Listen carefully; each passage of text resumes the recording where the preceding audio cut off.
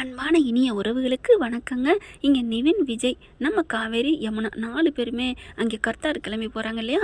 இவங்க குடும்பம் எப்படிப்பட்ட குடும்பம், என்ன குடும்பம் அப்படின்னு விசாரிச்சுட்டு வரணும் அப்படின்னு கிளம்புறாங்க.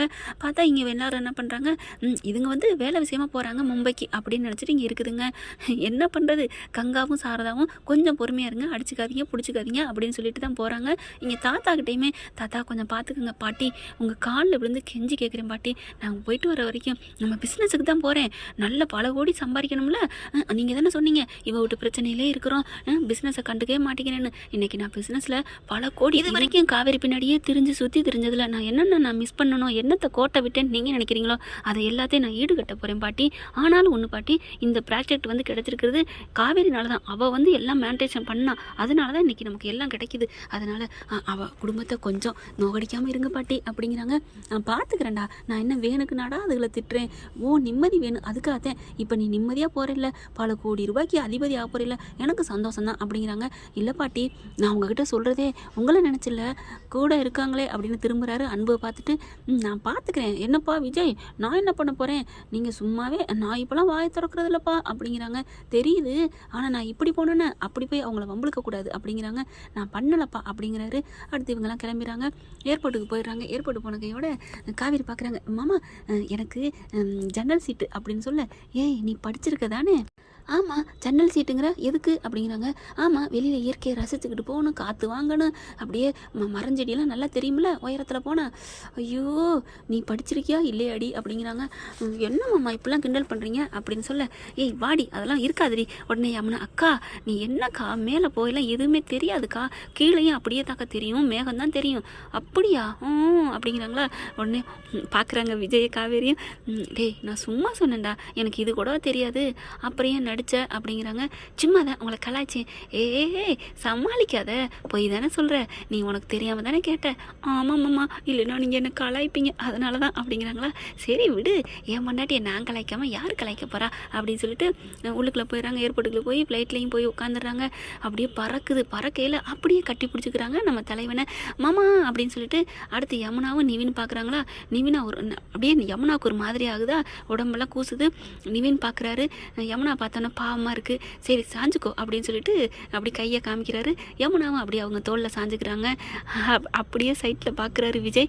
காவேரி பாருடி, என்ன நான் எதையும் பார்க்க மாட்டேன் அப்படின்னு இருக்க கண்ணை மூடிக்கிறாங்க. வயிறு கூசுது அவங்களுக்கு. இங்கே கொஞ்சம் பாருடி, பாரு உன் தங்கச்சி அப்படிங்கல. லைட்டாக கண்ணை திறந்து பார்க்குறாங்களா. அவங்க அப்படியே கட்டி பிடிச்சிட்டு இருக்கிறத பார்த்தோன்னே அப்படின்னு கண்ணை முழிக்குது காவேரி. என்ன மாமா, 2 பேரும் சங்கமாக ஆயிட்டாங்களா? அதான் தெரியலையே, எப்படியோங்க நீங்கள் தொட்டது தொலைங்கிருச்சு, எனக்கு நிம்மதி அப்படின்னு காவேரி நினைக்கிறாங்க. ஏன் தெரியுமா, நீங்கள் கல்யாணம் பண்ணி வச்சது நீங்கள் இல்லடி நம்மடி அப்படிங்கிறாங்க. சரி சரி நல்ல விஷயம் தானே பாஸ், அதுக்கு ஏன் நம்ம அப்படிங்கிறீங்க? இல்லை கெட்டது வந்தாலும் நல்லது வந்தாலும் நம்மன்னு சொல்லிட்டா உனக்கும் பங்கு இருக்குல்ல பாவி, பக்கு பக்கு அப்படின்னு சொல்லிட்டு கொட்டுறாங்க. கொட்டாதடி அப்படிங்கிறாங்க. எப்படியோ நம்ம கல்யாணம் பண்ணி வச்ச ஜோடி நல்லா இருக்கணும், அதுதான் எனக்கு ஆசை அப்படிங்கிறாங்க. போய் தானே சொல்கிற, நீ உன் தங்கச்சி நல்லா இருக்கணும் அதை தானே நீ நினைக்கிற. எப்படா நான் நினைக்கிறது அப்புறம் கரெக்டாக சொல்கிற, தெரியும்டி உன்னை பற்றி எனக்கு தெரியாது, ஆனாலும் நல்ல மாதிரி நடிச்சுக்கிறது. அப்போ நான் நல்லவ இல்லையா, நான் நல்லவ இல்லையா, கெட்டவளா? ஐயையோ ஆரம்பிச்சிட்டேன்னா ஏர்போர்ட்லேருந்து நீ இறங்குற வரைக்கும் ஐயையோ காவேரி காவேரி அப்படிங்கிறாங்க. டக்குன்னு இங்கிட்டு திரும்பிக்கிறாங்க. காவேரிம்மா அங்கிட்டு ஜன்னல்லாம் இல்லைம்மா அப்படின்னு சொன்னோன்னே சிரிப்பு வருது. போடா, நான் உங்ககிட்ட பேச மாட்டேன், நான் நல்லவ இல்லைன்னு சொல்லிட்டில அப்படின்னு இங்கிட்டு திரும்பிக்கிறாங்க. ப்ளீஸ்மா ப்ளீஸ்டி சொல்லும். நம்ம கர்த்தாருக்கு போன கையோட, அங்கே கண்டுபிடிச்ச கையோட ஒரு நாள் நல்லா நம்ம சுற்றி பார்க்குறோம், அப்படிலாம் ஆசையில் தானே உன்னை கூட்டிகிட்டு போகிறேன் அப்படின்னு சொன்ன கையோட அப்படியா அப்படியே சொல்லிக்கிட்டே திரும்புது காவேரி. முகம் ஃபுல்லாக அப்படியே 1000 வாட் பல்பு எரியுது. நிஜமாவா நம்ம கூட்டிகிட்டு போகிறீங்களா, என்னை எல்லா இடமும் சுற்றி காமிப்பீங்களா? ஆமாம், எங்கள் அப்பா வாழ்ந்த இடத்த பார்க்க போகிறோம் அப்படிங்கிறாங்க. என்ன எங்கள் அப்பாங்கிற கோச்சுக்கிட்டுலாம் பேசினேன், எனக்கு என்னமோ நம்பிக்கை வந்துருச்சுங்க, நீங்களே நம்புறீங்க அப்பா மேலே எந்த தப்பு இருக்காதுன்னு, அப்புறம் நான் ஏங்க அப்படிங்கிறாங்க. ஆனால் ஃபோட்டோலாம் உண்மைங்கிறீங்களே, அதுதான் எனக்கு ஒரு மாதிரியாக இருக்குது. கண்டுபிடிப்போம், எதுக்கு அங்கே போகிறோம், கண்டுபிடி அவனை கண்டுபிடி அப்படிங்கிறாரு. அப்படின்னு சொல்லிக்கிட்டு சொல்லிக்கிட்டே காவேரியோட கழுத்து அப்படியே பார்க்குறாங்களா. சும்மா இருடா அப்படின்னு சொல்லிட்டு டக்குன்னு இங்கிட்டு திரும்புகிறாங்க. ஐயோ ஐயோ வெக்கமாக்கும், மாமா தானே பார்க்குறேன் அப்படிங்கிறாங்க. நீ இப்படிலாம் பார்க்க மாட்டியடா அப்படின்னு சொல்ல, ஏய் நான் பார்த்தது உன் கழுத்தில் இருக்கிற முருகன் டாலரை. முருகனையா எதுக்கு அப்படின்னு குடிஞ்சிக்கிட்டே டாலரை பார்க்குறாங்க. இவர் தான் நமக்கு கண்டுபிடிக்கிறதுக்கு உறுதுணை செய்யணும், அதுக்காக உன்னை பார்த்தேன். நீ உடனே மாமா தப்பாக பார்க்குறேன், சிச்சி இந்த லேடிஸுங்களே இப்படி தான்ப்பா என்னை ஆளை விடுங்க அப்படின்னு இங்கிட்டு திரும்புகிறாரா. ஐயோ இப்போ இவன் ஆரம்பிச்சிட்டானா, மாமா டே சும்மாடா, நான் அப்பெல்லாம் ஒன்றும் இல்லைடா, நீ பார்க்கத்தானே இந்த உடம்பை பாடுறா பாடுறா அப்படின்னு வர்றாங்க. முன்னுக்கு தள்ளிக்கிட்டே வராங்களா. சரி சரி விடு விடு அப்படிங்கிறாரு. அப்புறம் என்ன, நான் உன் சாமியை பார்க்குறப்பெல்லாம் நீ இப்படியே நினச்சா என்ன அர்த்தம் அப்படிங்கிறாங்க. சரி மாமா விடுங்க அப்படிங்கிறாங்க. அப்படியே சிரிக்கிறாரு. எதுக்கு சிரிக்கிறீங்க? இல்லை இந்த கழுத்தை ஒட்டி டாலர் போடுறாங்கல்ல அதெல்லாம் நல்லது காவேரி அப்படிங்கிறாங்க. ஏன் பாஸ் அதில் என்னமோ வைப்ரேஷன் அப்படி எதுவும் வருதா, ஊட்டச்சத்து ஏதாவது வருமா அப்படின்னு கேட்க, அதெல்லாம் ஒன்றும் இல்லை விட அப்படிங்கிறாரு. மாமா சொல்லுங்க மாமா, ஏன் மாமா எதுக்கு அப்படிங்கிறாங்க. சொன்னால் நீ என்னை முறைப்ப அடிப்ப, அதனால நான் சொல்ல மாட்டேன் அப்படிங்கிறாங்க. அப்படியே பார்க்குறாங்க. அங்கிட்டு பார்த்தா யமுனாவும் நிவினும் அப்படியே ஒரு மாதிரியாக பேசிக்கிட்டே வராங்க. கொஞ்சம் கூலாக வர்றாங்க. அவங்க கண்டுக்கவே இல்லை. இதுங்களும் இங்கிட்டு கண்டுக்காமல் சொல்லு சொல்லு அப்படின்னு கேட்கல, மாமா சொல்கிறேன் என்னடா அப்படின்னு கேட்க, நான் சொல்லுவேன் உண்மை இல்லைம்மா, அதாவது டாலருக்கு நெஞ்சிலே இருந்தால் நெஞ்சில் பயம் இருக்குல்ல, அதைத்தான் சொன்னேன், வேற ஒன்றும் இல்லை.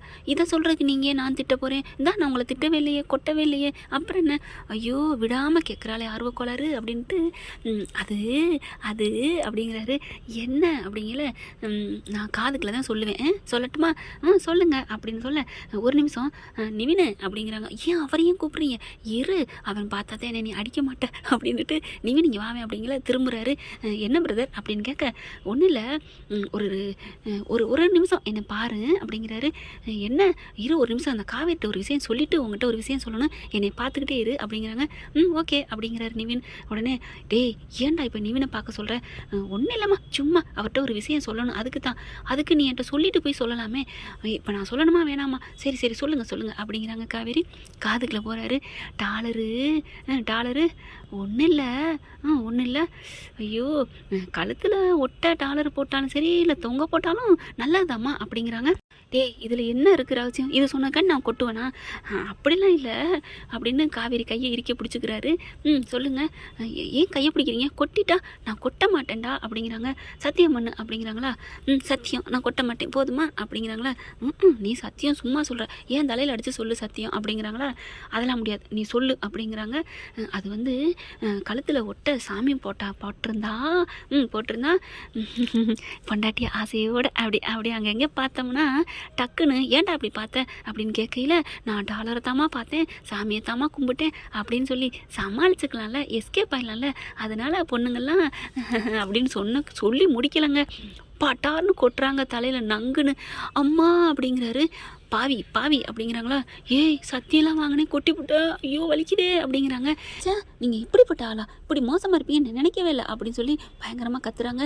ஏண்டி நிவின் பார்த்துக்கிட்டு இருக்காருடி, அவர் பார்க்கையில நீ பாட்டு கொட்டிட்ட, அவர் ஒன்றும் பார்க்கல, அவர் அங்கிட்டு திரும்பிட்டு இருக்காரு அப்படிங்கிறாங்களா.